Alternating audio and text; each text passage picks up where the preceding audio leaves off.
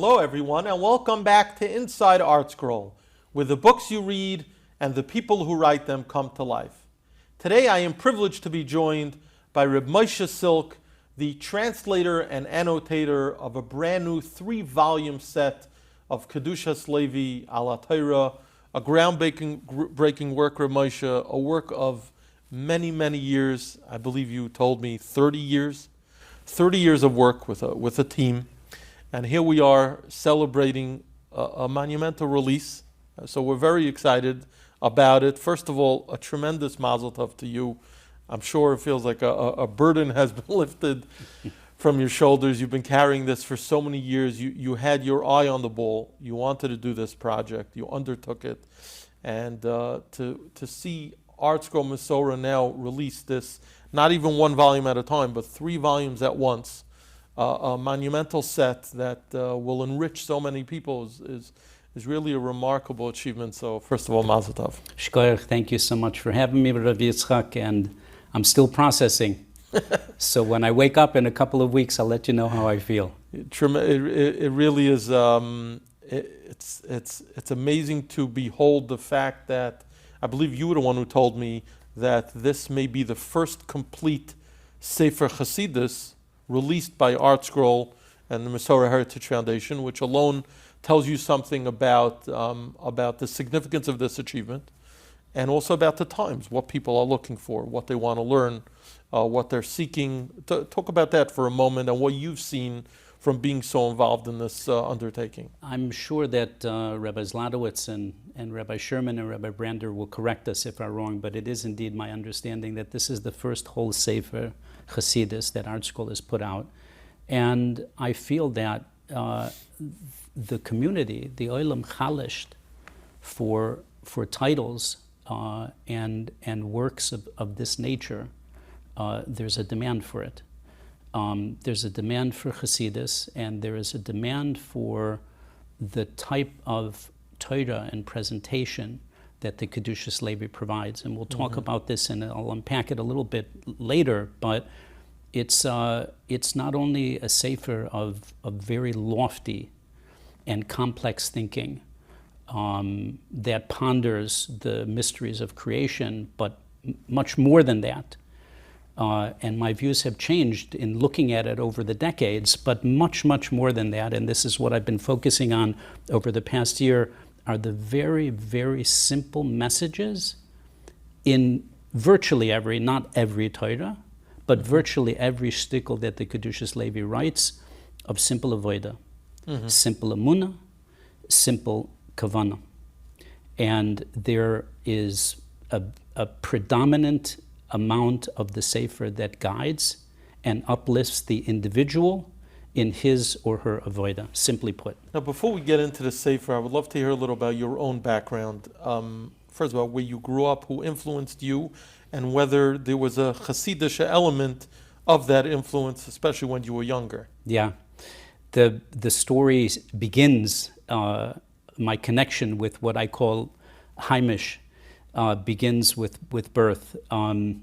I would cover three periods of my life, 3 major periods, actually a 4th period of Chicago, later Washington, D.C. and Baltimore, mainly Baltimore, and then Hong Kong, where I was for 13 years, but more recently, the more recent 20 years in New York. I was born to first-generation parents. All of my grandparents were born in Europe. I was very close with all of them, but I had a very, very special connection with my maternal grandfather.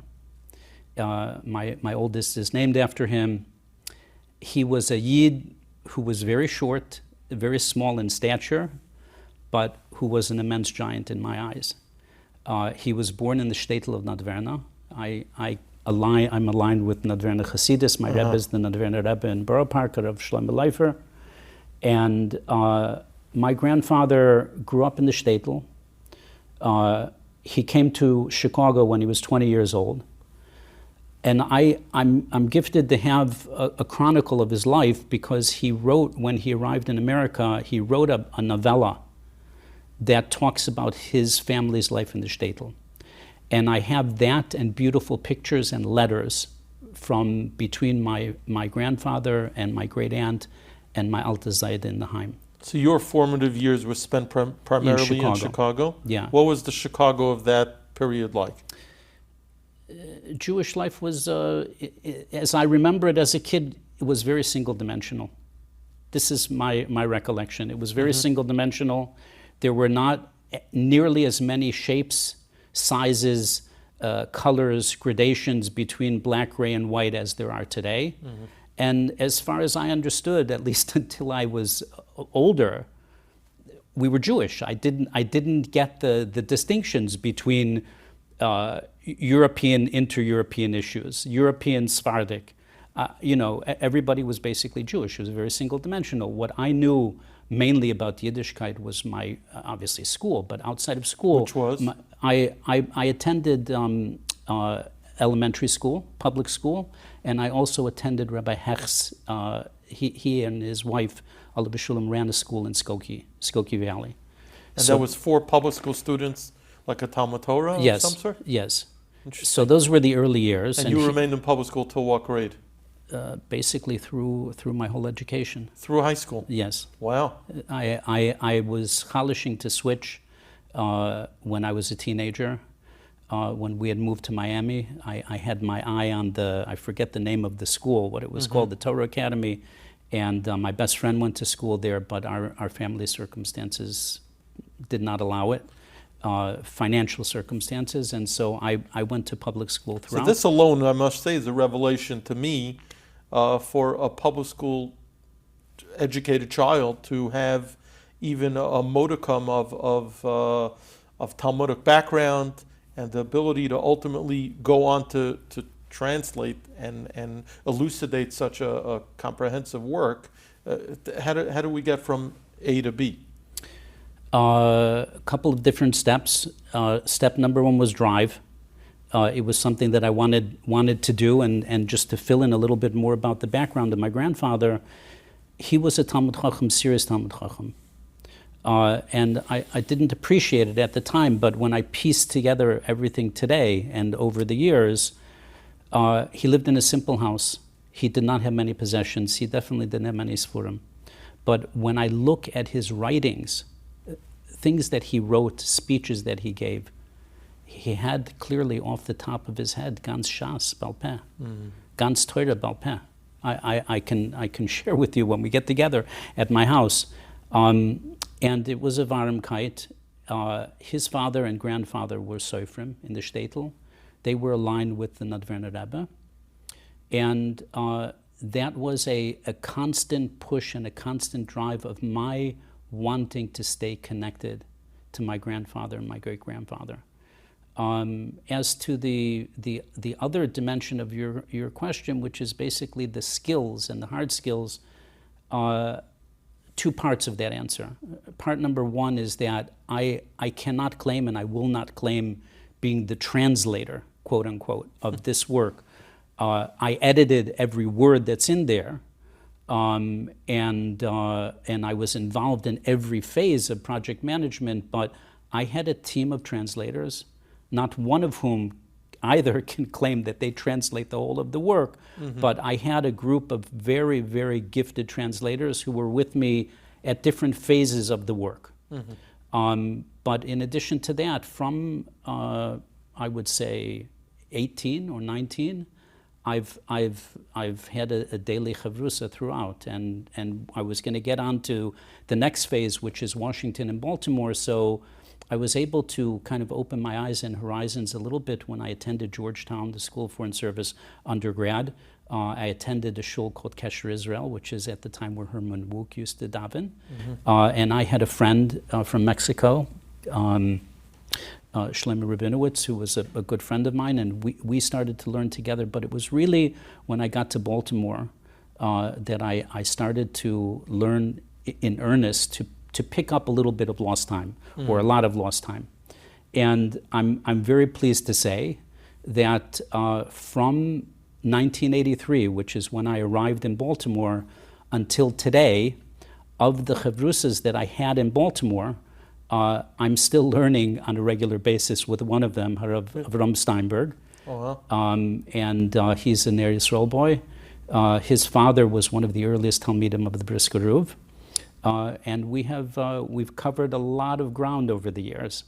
And that was at Ner Yisrael that you learned with him?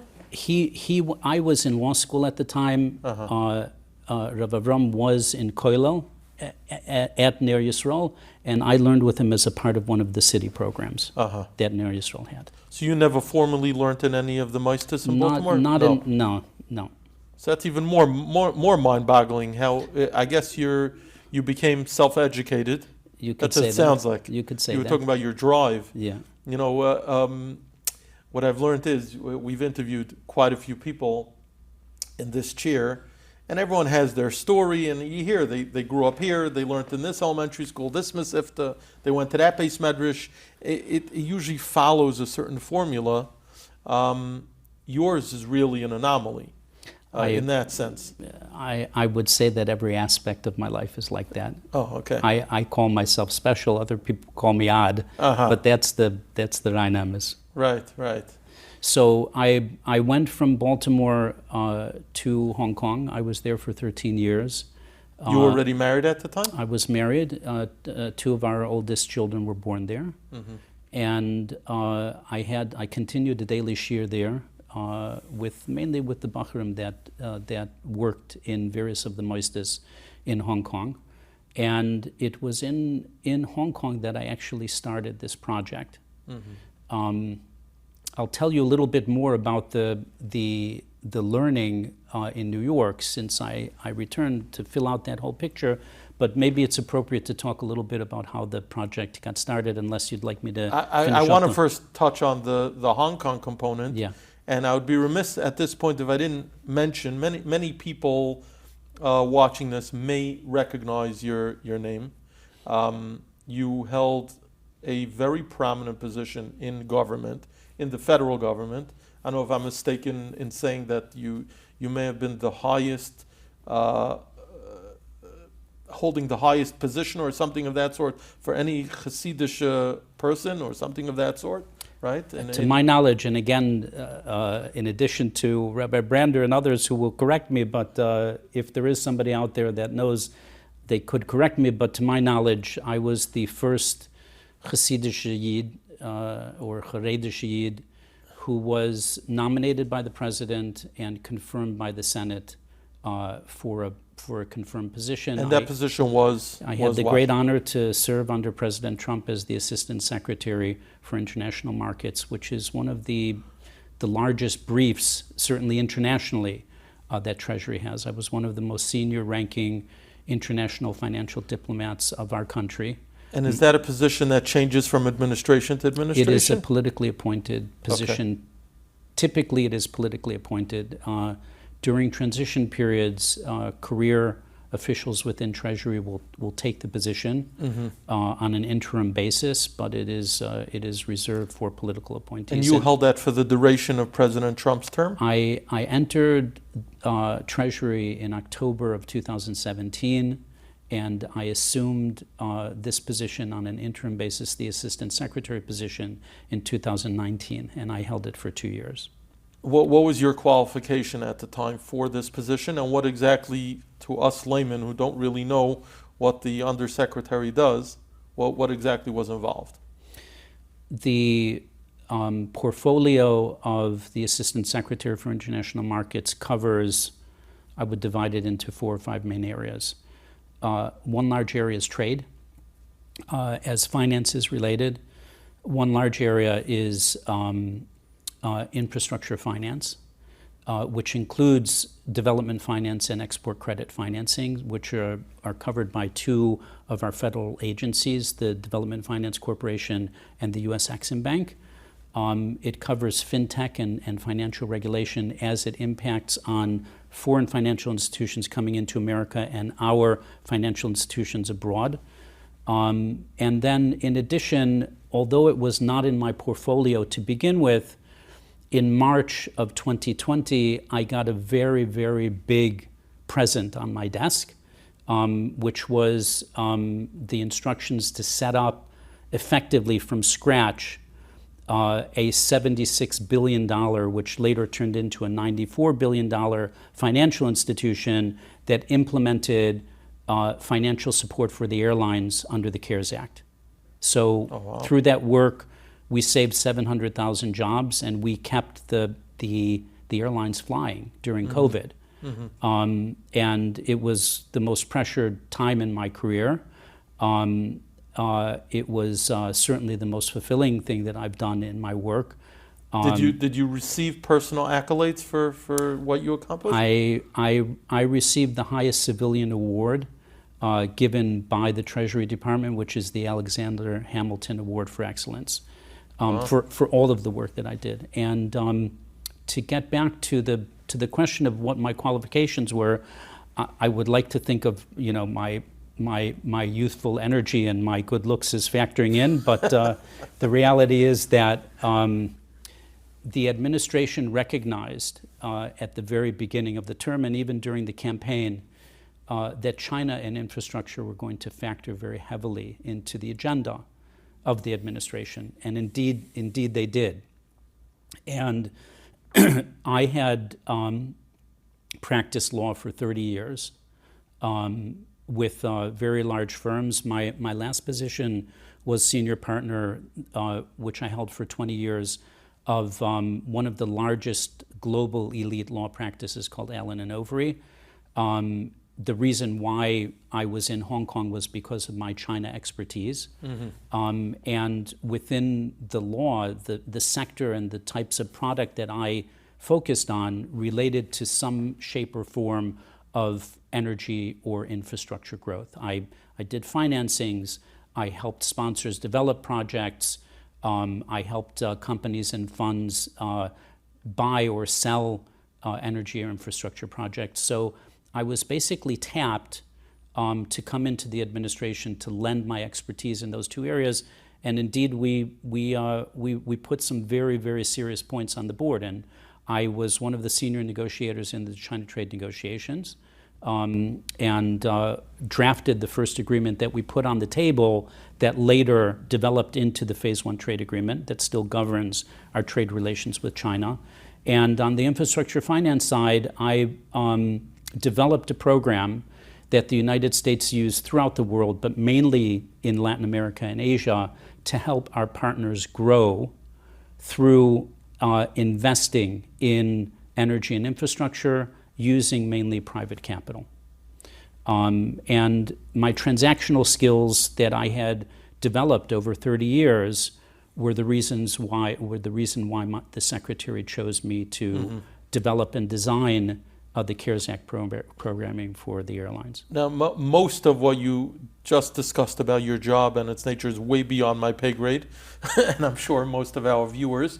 But what's interesting to hear from you is, as a frum Jew working for the federal government in a fairly high position, again, you had to be approved by the Senate for that position. Did you encounter any interesting interactions in regards to Shmir Shabbos, general Shmir's Torah mitzvahs, any memories from those years that you were in government that would be interesting to share? Every day, every minute. Oh, really?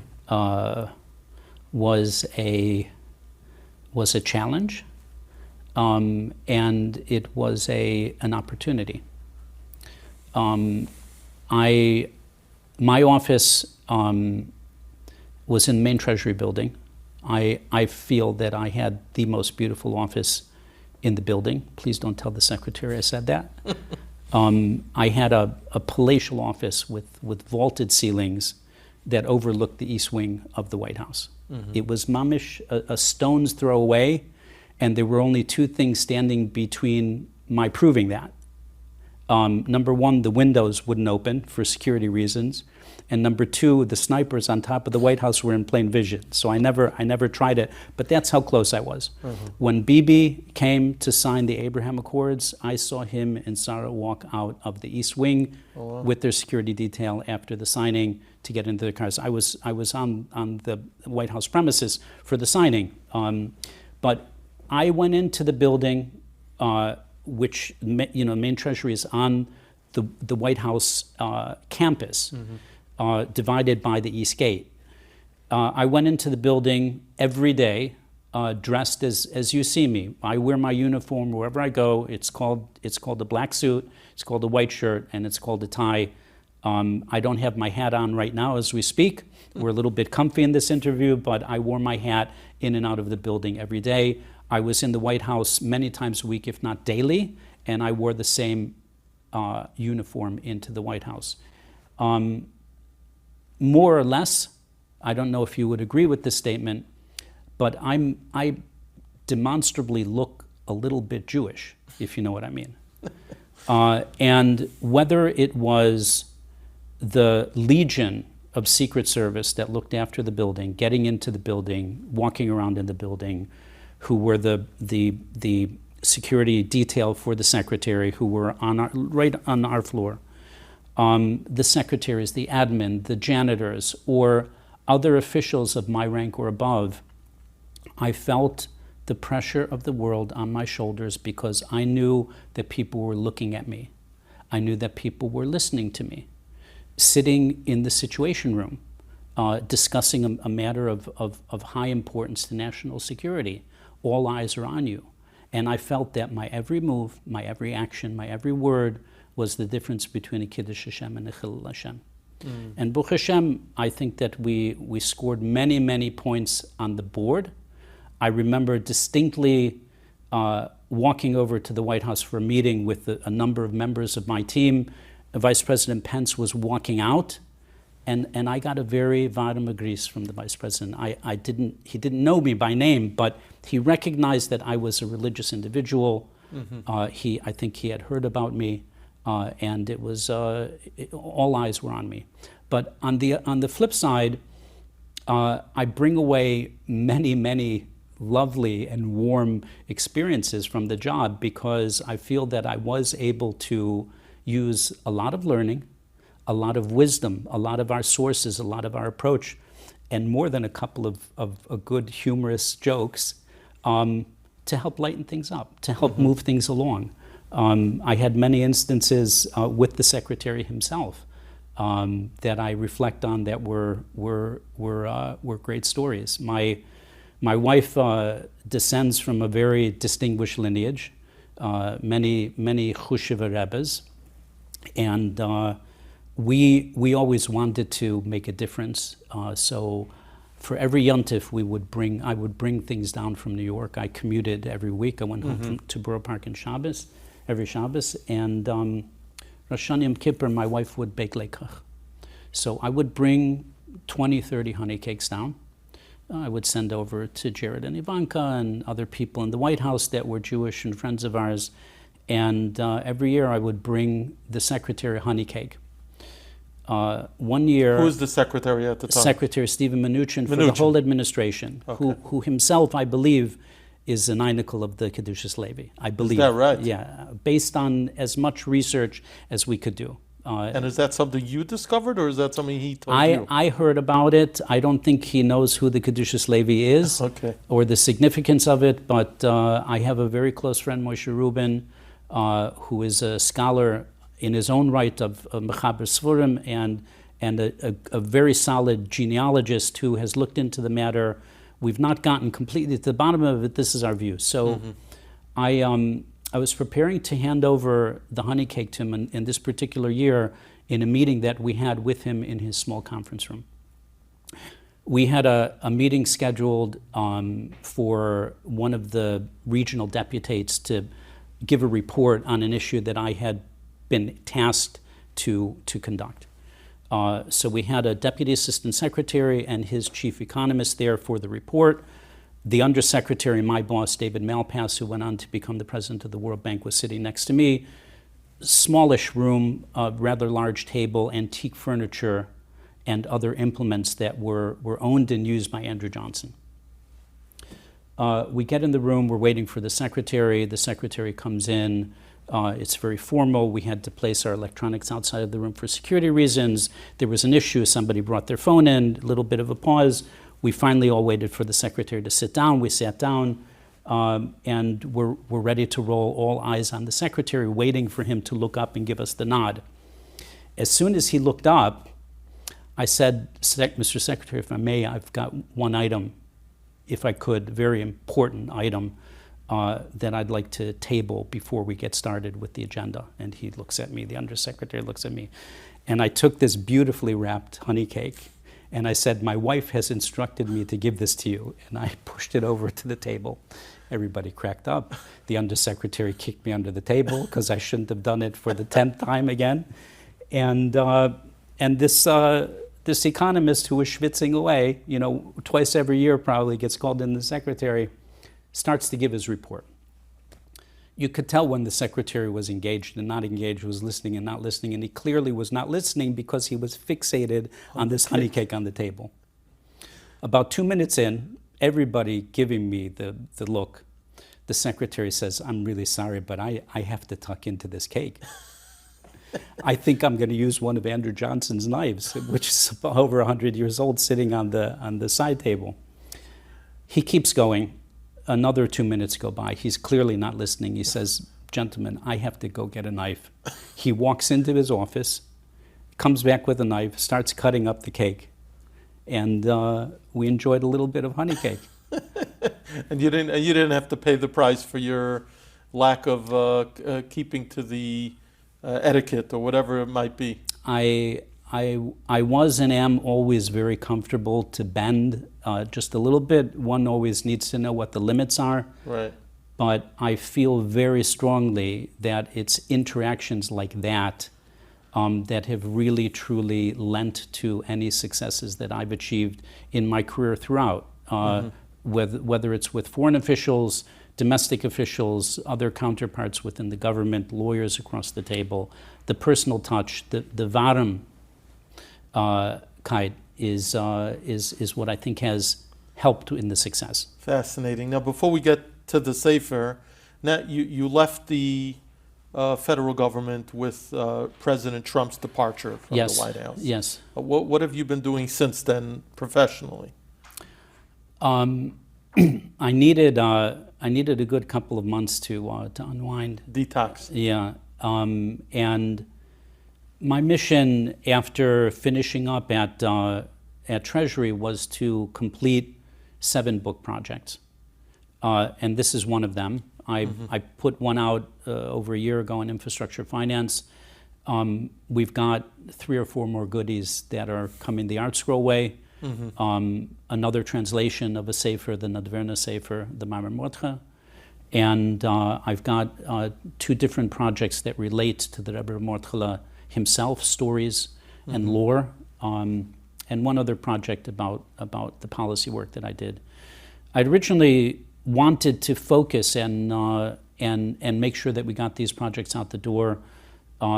It took a long time. We're over 2 years past that point, and I was approached by a couple of organizations. David Malpass, who was my undersecretary at Treasury and was until recently the president of the World Bank, asked me to join him and advise him on infrastructure finance at the bank, which I did for 2 years. I just finished at the end of June.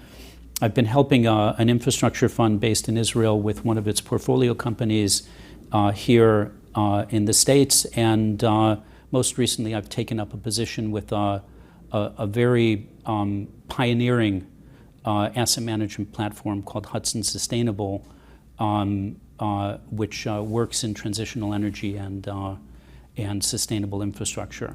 I would say you're a reservoir, a repository of tremendous experience and knowledge and insight in the world of finance. You could almost kind of probably, am I right, that you could pick and choose almost at this point in your career what you want to do, almost like a freelancer? I only do what I like to do at this point in my life. Yeah. So that's having that liberty is somewhat liberating, especially because it allows you to work on the things that you're passionate about, like the Kedushas Levi. So I guess there's a benefit in that as well. There's an immense benefit, and I feel that very strongly that I would not have achieved the successes in law or in government without the work that I do in Kodesh, and I feel that I would not have been nearly as successful or even able to complete and continue the work that I'm doing in this arena without my professional side. So I love that you mentioned that. I'm going to segue for a second because I think this is relevant to many people watching and listening. We live in a world where some people are zeicha to spend their lives in the world of Kodesh. Most people, on some level, have to engage in chayil for parnasa reasons, but they want to hold on to the Kodesh also. I think that's the aspiration of every good Erlich Yid. He wants to really, that the Kodesh should be the priority, but unfortunately, this is the way the Rebbeinu Shalom created the world in such a way that we have to engage the world of chayil for parnasa purposes.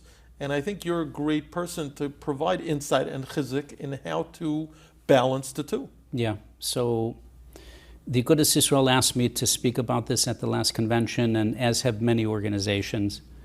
I have a really simple take on the issue. I only live in one world at one time. That's the way that I look at it. I really don't distinguish between the two, and I feel that this is the way that I've been able to achieve greater impact in all aspects, in all endeavors in which I'm engaged, in that there is very much a symbiotic relationship between what I do on the Kodesh side and what I do on the side of Chol. There's an interesting Gemara in Yuma, Rava. He has in front of him, I forget exactly, the Lashon Chamra, aged wine and fatty beef. So the question is, how do you look at it, right? It's obviously something that's there to consume, yes? And one could look at it if you're a certain type of person that you would associate words of gluttony with those two items, that I'm going to scarf the meat down and I'm going to guzzle the wine down. Rava has a different way of looking at it. He views those elements as something that will enrich and enable him and energize him to achieve higher levels of learning. In my case, my job as a partner, a very well-compensated partner, afforded me the ability to do a lot of things on this project that I would simply not have been able to afford, or that I would not have been able to do by way of infrastructure. I needed a massive infrastructure of Yitzchak just to manage the files. This is a 2,000-page book, okay? It's wow. 2,000 pages. That's in print. In manuscript, it was many thousands of pages. There, with Ala Torah Ala Muadim, there are over 70 different portions. Right. So each portion was a file that had multiple drafts that was going through multiple systems and streams of work just to manage the files alone wow. on the computer.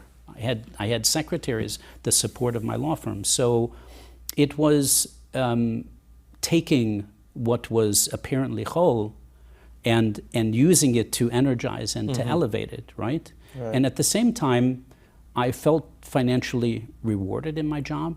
I felt a great ton of satisfaction in the work that I did, both for my clients, and I did a lot of pro bono work as well, which was extremely gratifying. Before, when I came back from Hong Kong, before I went into Treasury, I played a very significant role in the Kedushas Israel's pro bono legal services network. And so the satisfaction that I got from my work made me a happier, more fulfilled person that enabled me to really focus. Now, I didn't have 24 hours in a day, let alone 2 hours in a day every day to work on this project, but the time that I did have was very, very high quality, high impact time. Now, speaking of this project, let's go unpack the monumental and daunting undertaking of bringing the Kedushas Levi to the English-speaking public. Yeah. One of the things that I found fascinating is that Reb Levi Yitzchak Barditchev himself did not write the Kedushas Levi, from what I understand. It was written primarily by his students, his talmidim, people who heard his Torah and wrote it down. And that itself presented a certain unique challenge, right? So annotating. Like every Jewish answer, yes, yes, no, no. It's correct, but it's not correct. So the origins of the Sefer are that the Rebbe spoke Torahs. He spoke Torah, and just like we have today, my Rebbe speaks Shalashidus Torah. We write it down. So talmidim or his children wrote it down. They were masader what was written down, and the Kedushas Levi reviewed it before it was published. And so it's true that he didn't write it, but they are his words, as rendered by somebody else and then reviewed by him. And by definition, because it covered different parashas through the year, and it's not as if they said, it's a go, we're just going to take the Torahs from this particular year. It was over many years. So the period over which the content was compiled was many years. I can't tell you how many years it was. I assume it's more than 10. And you and I speak differently. We have a different perspective as time moves on. And so the challenges that you pointed out were challenges of consistency in rendering language and concept over time. There were challenges of the Berditchever making assumptions about what the knowledge base of the audience would be. So he had a tremendous bank of knowledge, the Kedushas Levi, of Nigla and Nister. And I'm starting first with Nigla because he was not born into Chassidic tradition. He became aligned with the Nickelsberger after he was 20 years old. He had already settled his formative years in learning, and he was a Goen. He was known as a Goen. But there are many deep concepts presented in the book, in this work, and there are many thoughts that are not simple thoughts, right. And so and many of them were rendered in shorthand. The work on the book, this project, I don't want to call it a book, you'll excuse me. The work on the project proceeded over 30 years. So we started with a base translation. We had no idea. I had no idea. I just ran. I was running forward. So we started with a base translation. We knew that we needed to refine the translation. And then I had another person go over it after I reviewed it. By the time that we got to ArtScroll, 15 years later, the view at the time was that it's not ready for prime time. So I had to go back and do further refinement and let's call it unpacking.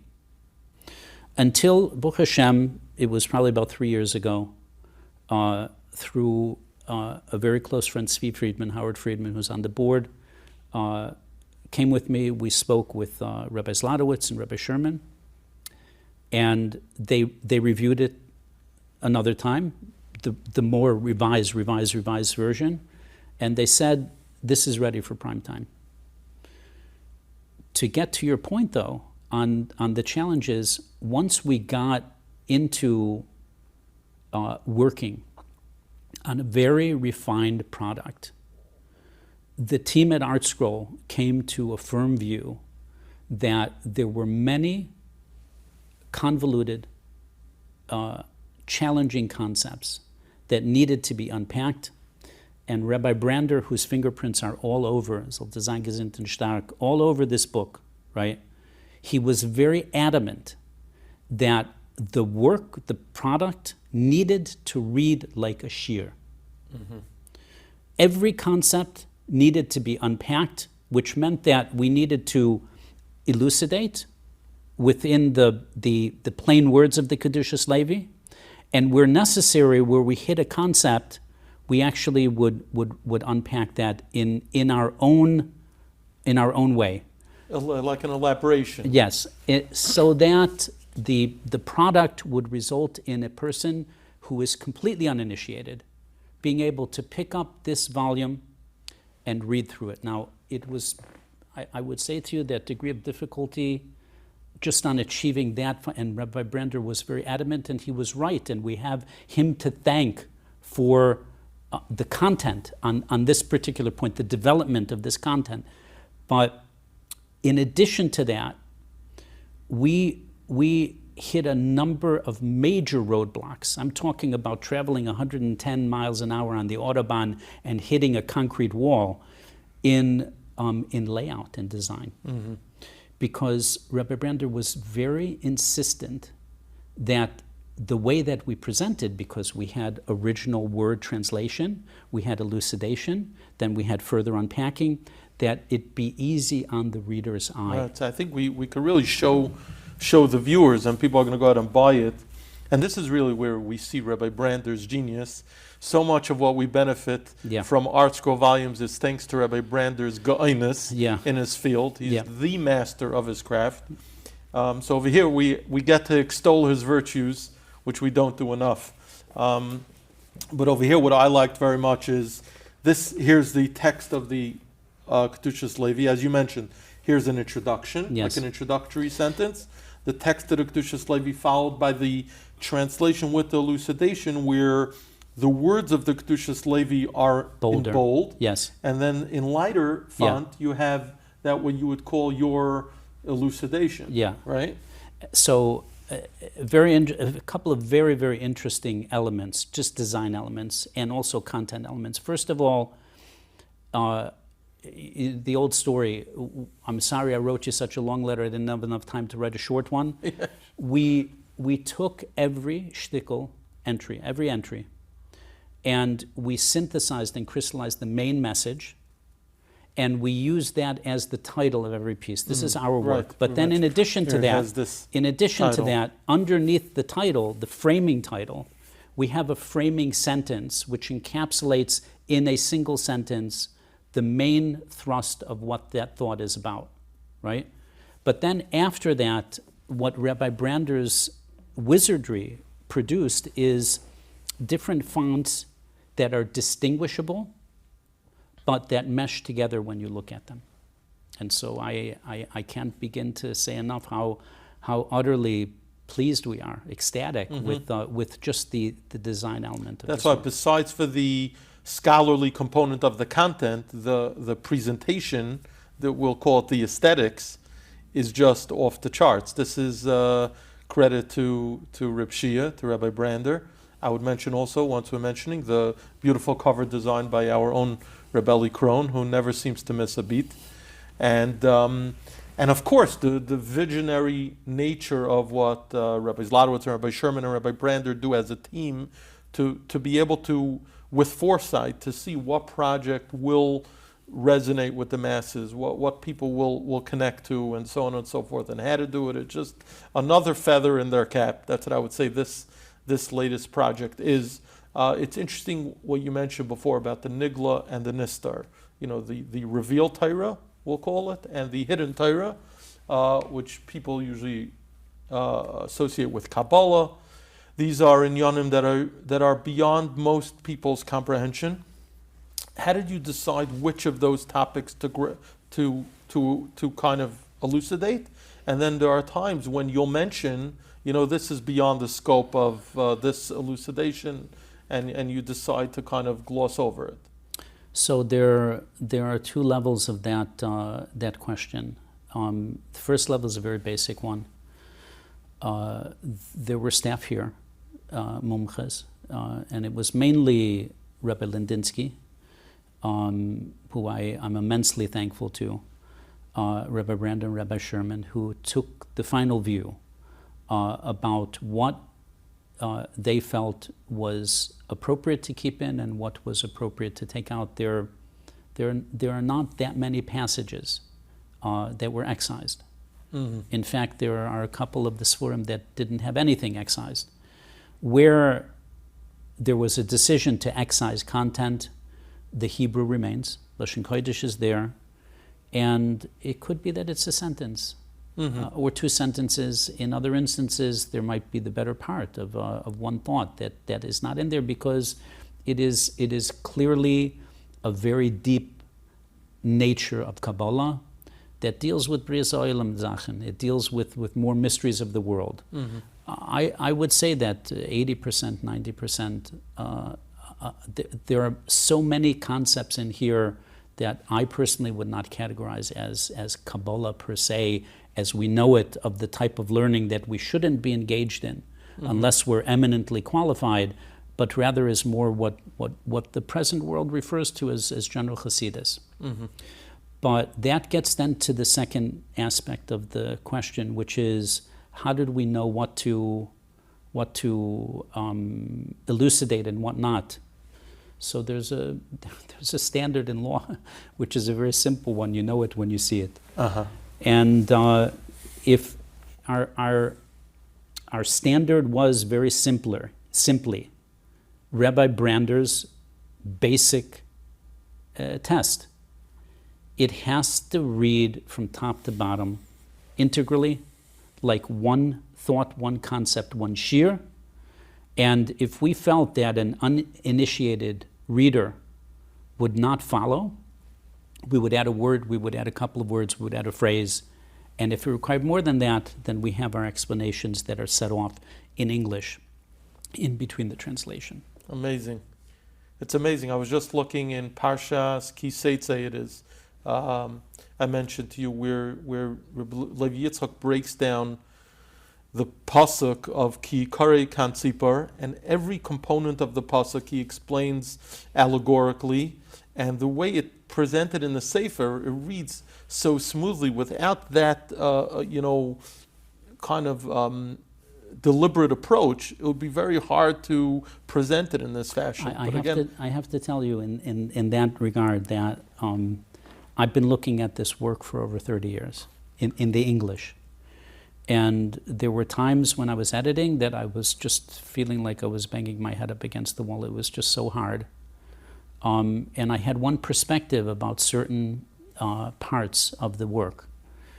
Once we got into this particular layout, I felt that finally the ikar of every Torah thought that's presented in many instances jumps off the page because of the brilliant design. Wow. Any specific shtiklach in the Sefer that resonated with you? I mean, you've gone through the entire Kedushas Levi. You did it over a matter of 30 years. Well, what's your favorite shtickle from Reb Levi Yitzchak? So, in response to this question, in my younger years, I still do a little bit, I used to infuse my own vodka for Shabbos and Yom Tov. And I had 30 flavors. And people would ask me, which one's your favorite, which one do you like the best? And my response always was, I can't have a favorite. How could you have like a favorite child? So, on many additional levels, kama v'kama, how could I have a favorite Torah? There are different days that I have a different favorite depending on what confronts me. I would, on a quantitative basis, the Torah without a close second that I have related to the most, and one that I have spoken on many times at many simchas, but I'm not going to tell you who the Balei Simchas were because I don't want you to rat me out that I used the same material more than once, is I believe it's the first entry in Parshas Vayetze, where the Kedushas Levi brings extraordinary imagery and allegory from traditional sources, from the Ramban, from other sources, from Medrash, to talk about actualizing the potential of the inanimate, focusing on the rock that he slept on, which, as we know from traditional sources, is the Eben Shesiu. And he gives the vivid imagery of the whole of the Beis HaMikdash. He wakes up, Ma'noira ha'makom hazeh, and this is the Shar Shemayim through which all of the tefillas and the karbanos are going from the Beis HaMikdash, that he saw from that rock.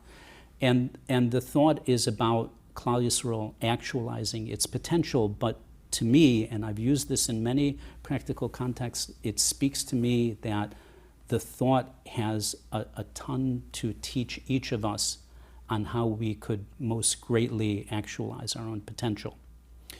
But what I have been focused on over the past year or so, and most intensively over the past 3 to 6 months, now that we've gotten to the end of production, is I'm working on. I'm going to let the cat out of the bag a little bit. I didn't tell Rabbi Brander, Rabbi Sherman about this, so please don't let the secret out. But I want to do a follow-up volume on the practical wisdom of the Kedushas Levi. Short thoughts of not longer than a page, each of which brings out the wealth, the wellspring of messages that the Kedushas Levi have that are negeya to each of us in our daily belief and our daily avodah, because the Sefer is full of thought and content on that regard. What the importance and the role of truth is in our lives. So that would almost be like the takeaways of the Kedushas Levi on a practical level, not a translation or an elucidation. Yeah, and wow. I'm doing that on the basis of my reading now, and I have a few friends that are working with me on it, but I also reflect back on actual examples, actual circumstances in my own life, where, I had the Kedushas Levi, I had the Maimon Mordechai with me every day at work. I had it with me. It was on my computer. It was on my mind. And I was sitting I'll give you 2 examples. I was sitting in the middle of the China trade negotiations in Beijing, a very big palatial room filled with a lot of government officials, everybody playing political theater and reading off their scripts, trying to push the interests of the American people forward. And we had many, many challenging issues, one of which was getting access for United States and other foreign financial institutions into the Chinese market. And the argument that was coming to me from my counterparts was, you don't let our financial institutions into America. You're hampering, you're limiting them. So why should we open up to you? So little did this person know, this respected official on the other side, that I had spent over 10 years, probably 15 years, representing Chinese banks coming into the United States, getting them licenses from the Fed and from the state banking authorities. I'd done my research on their asset growth in the New York market from 2005 to 2017, which was when we were negotiating 2018. Most of those banks were realizing double-digit growth per annum on their assets in America. But there were no limitations. There are no limitations on any foreign bank. So you had this information I had on your fingertips. I had a graph, and in 1 year it spiked to north of 100% growth. 100% growth in 1 year. Wow. Whereas the U.S. financial institutions, foreign institutions, financial institutions in China, they were lucky if they were getting mid to high single-digit growth per year. And I'm thinking to myself, was haks the Chinik? Right. The emes is the emes, and there is a beautiful Torah in the beginning of Parshas Bereishis on this particular thought. The Medrash says how the Eibishter, through the mid of truth, had an issue, had tanis on the Eibishter when the Eibishter was going to create the world. So the God could not disagree. Aros gewarfen emes auf den Welt, so that truth would permeate all of the world and all of society, all of our relations. And it's truth. The bottom line, everything is truth. Truth is of the essence. That's my punchline on that one. And I was thinking to myself. I was schwitzing for months trying to get CARES Act relief out. And we were under extraordinary pressure. The world was falling apart. Air traffic dropped 98% in a very short period of time. We had to make the program work, but we had to do it in a way that looked after the taxpayers' interests and was in line with what the statute required. So it was a lot of pressure, and more work than we could possibly have handled. But on this last parasha on Akev, there's a beautiful Torah thought there about the importance of simple faith, and how the practical reality is that God never shoulders anybody with the challenge that they can't have. And if we remember the simplicity of that, we can keep going. It's just simple faith. Now there's a long discussion until you get to that conclusion, but that is a beautiful thought. And a fundamental one for Yiddishkeit in general. Sure. That really helped me through. Wow.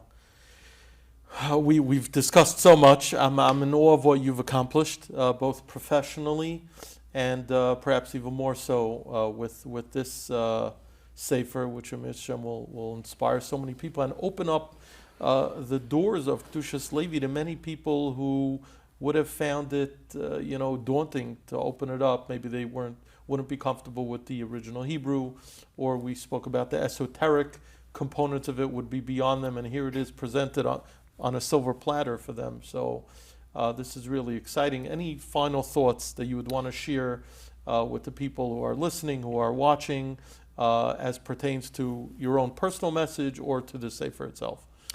My simple thought is to buy one and give it a try. It's an exceptional work.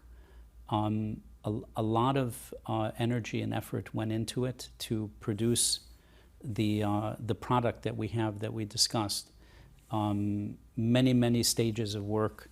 It brings the thoughts of Lefum Saragra and Kol HaKava L'Toiva to whole different levels. There were times where we just felt like how can I keep going? But we pushed on in accordance with the standards to produce a product that would be as user-friendly in content and presentation as possible, in order to realize the impact of getting the beautiful and the basic messages that are very relevant to our daily lives out to the readership of ArtScroll.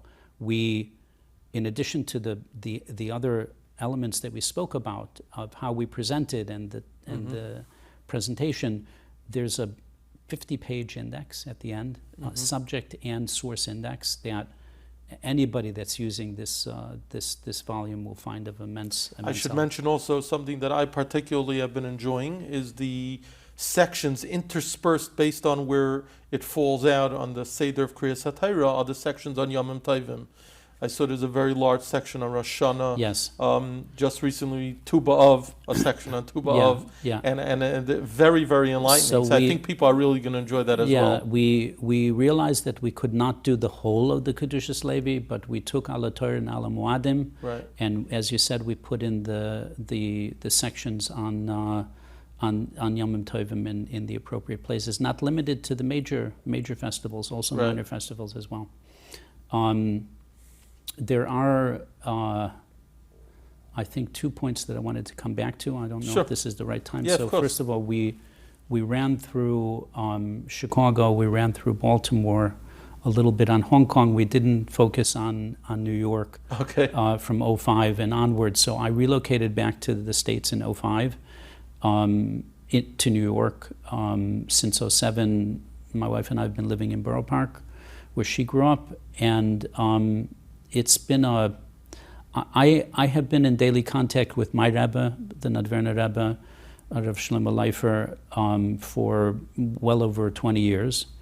And when I was in Hong Kong, I was in daily contact with him, but the physical proximity has allowed me to learn with him every day and be with him every day. So you're Chavrusa of the Nadverner Rebbe? I will admit, and I'm getting a little bit of Musar, maybe more than a little bit of Musar. We were a little bit challenged in keeping going when I was in Washington and during COVID, particularly because of the CARES Act work. I've told the Rebbe that I really wanted to concentrate all of my time and energy on getting this out. we learn, but not as frequently now as we did. But in Mirz Hashem, we will continue the daily shir. We had the daily shir going for 15 years, and only Gemara, but we will continue it on a daily basis. And I have him and his family to thank for immense pieces of this and this work and other aspects of my life. One of his sons, who's daily with us in Borough Park, because he's got a couple of different sons. Rav Avram expects my call 2-3 times a day with questions that come up. So I have them to thank a lot. And of course, in addition to the ashpa of my grandfather that I spoke about a little bit earlier, I've been very, very gifted to have a close relationship with the Eichenstein family of Chicago. The Ziddichever Rebbe, he very kindly wrote one of the Akdamas. My grandfather, when he first came to Chicago from Nadverna, davened in the Ziddichever Zaydish shul, the Galicianer shul. So the family have been connected for over 100 years, and we've kept up the contact, and it was those memories of those types of people that I carried with me from childhood that kept the push going. Wow! So there have been many influences. Yeah. People continue to influence you. Yeah.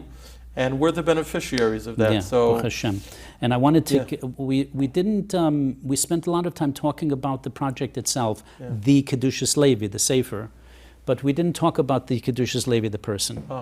And I spent more than a couple of years writing the introduction, which is at the beginning of the project. Biographical sketch. It's it's biographical, and there is a few observations about the Sefer itself.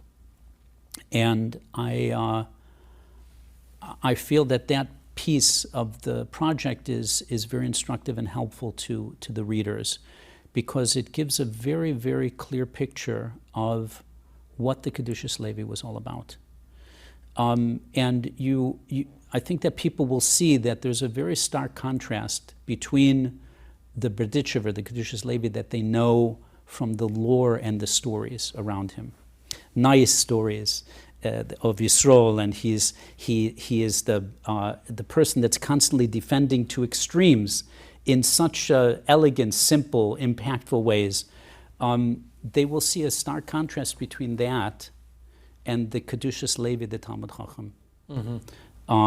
And they will see the breadth of his knowledge. An interesting point about him is that, as I said a little bit earlier, he started with pure nigla. He was a talmid chacham in his own right before he had any idea of what Chassidus was all about. And then he experienced, he lived, he was exposed to the beginning roots of the Chassidic movement. That was through the Maggid of Mezrich? Shmelk of Nikolsburg. Oh, Shmelk of Nikolsburg, okay. Who he went to when he was in his 20s, and it was very interesting because his shver did not want to allow him to go to Nikolsburg, to the Rebbe. He went once, and he was awestruck, and he wanted to go again. And his shver said, you cannot go, I'm not going to allow you to go. The Kedushas Levi staged a hunger strike. He didn't eat for 2 days, until his shver gave him rishis to go. And slowly he became affiliated with and learned with the Nikolsburger and other of the tzaddikim of the time. The interesting point, though, that I wanted to bring out is that he took his first stellar when the Nikolsburger left Richval, where the Nikolsburger had a rabbinate. He had a stellar in Richval. He took that over, and for roughly 20 years there, Zhelichov, Pinsk, he was a Rav. He was a communal rabbi. He did not get to Berdichev until 25 years after he took on his first Rabbanis. And that period was typified by extraordinary conflict, extraordinary indignity, because of the fact I believe, I can't say for sure, but I believe that the Berditchever felt that he was capable of walking the golden mean. He did not see the world in shades of black and white. He saw the world in very bright and brilliant colors. And to him, he felt that it was one and the same, and he could walk that path, but there were many folks that did not agree, and the history is replete with a lot of interesting machloikes. Mm-hmm. He finally got to Berditchev, where he spent the last roughly 25 years of his life. I kind of look at it as he was in Gullus for a period of time, and then he finally made it. But even in the beginning of his time in Berditchev, there was still conflict. The Kedushas Levi could have been a very sharp person, very sharp with the tongue, contrary to what we see in the stories. Mm-hmm. There's one interesting instance that I bring out in the introduction where in Berditchev they had many different chevras, according to trade, according to line. Each chevra had its own shul where they davened, they had their own ruv, or maybe a couple of them shared a ruv. And the bakers, the chevra of the bakers and the tailors had a simcha one morning. Maybe a tailor and a baker were machtunim, and they had an einikel, and there was a bris. Those people and their Rav, or maybe there were two Rabbanim, were very, very anti the Kedushas Levi. They invited him, they wanted to be mechabed, and they said, please, we want to honor you with a bracha, divrei bracha, whatever. So hat ungewünscht that the Mashiach will come soon. We should be zeichet to see Mashiach. What's that got to do with the bris, they asked him. So he says to them, there's a Gemara in Masechta Shabbos, and it envisions that in the times of Mashiach, bread, baked goods, and malbishim, I think made of wool, will sprout directly from the ground. There's a Gemara. And they look at him and they say, so what? He says, so if Mashiach will come and we have the opportunity to pick up the baked goods and the malbishim off the ground, we won't have a need for any tailors or any bakers, nor for their rabbonim. Mm-hmm. So he also, there is that dimension to him. One other very, very instrumental figure that factored in very heavily in my life and my learning while I was in Baltimore, and certainly after that, has been Rav Yitzchak Breitowitz. I first got to know him as my first-year contracts professor, and I lived right around the corner from him for 3 years. I found my way to his Shabbos table very, very frequently throughout mm-hmm. the year, and regularly attended the shir that he gave at the law school, in addition to law classes, and did plenty of separate learning with him on the side. And he's been a great inspiration and a great supporter over the years. And Rabbi Yitzchak today is in Yeshiva Ar Sameach, correct? Yeah, and he's an interesting balance when we talk about this whole issue of combining Kodesh with Chol and combining a professional life with a religious life. During the period that I knew him, he was a law professor, a tenured law professor at Maryland, and he was a Rav at the Woodside Synagogue in Silver Spring, a position that he served in for a couple of decades until he retired from both law practice and the rabbinate, and took up a position as a senior leader in Or Sameach in Eretz Yisrael. And one needs only flick on YouTube to see mm-hmm. his regular lectures. He's just extraordinary. And you still learn with him today? I'm in contact with him. Uh-huh. I very frequently take advice from him. Uh-huh. But his schedule and my schedule are a little bit harder to sync up. My Rebbe has time for me. Uh-huh. It's just a 2-minute walk from my house. Uh-huh. You pointed out that the world recalls Reb Levi Yitzchak Berditchev as the defender of Klal Yisrael. Seemingly there's less of a focus on his scholarship, which is, I think, what you were alluding to,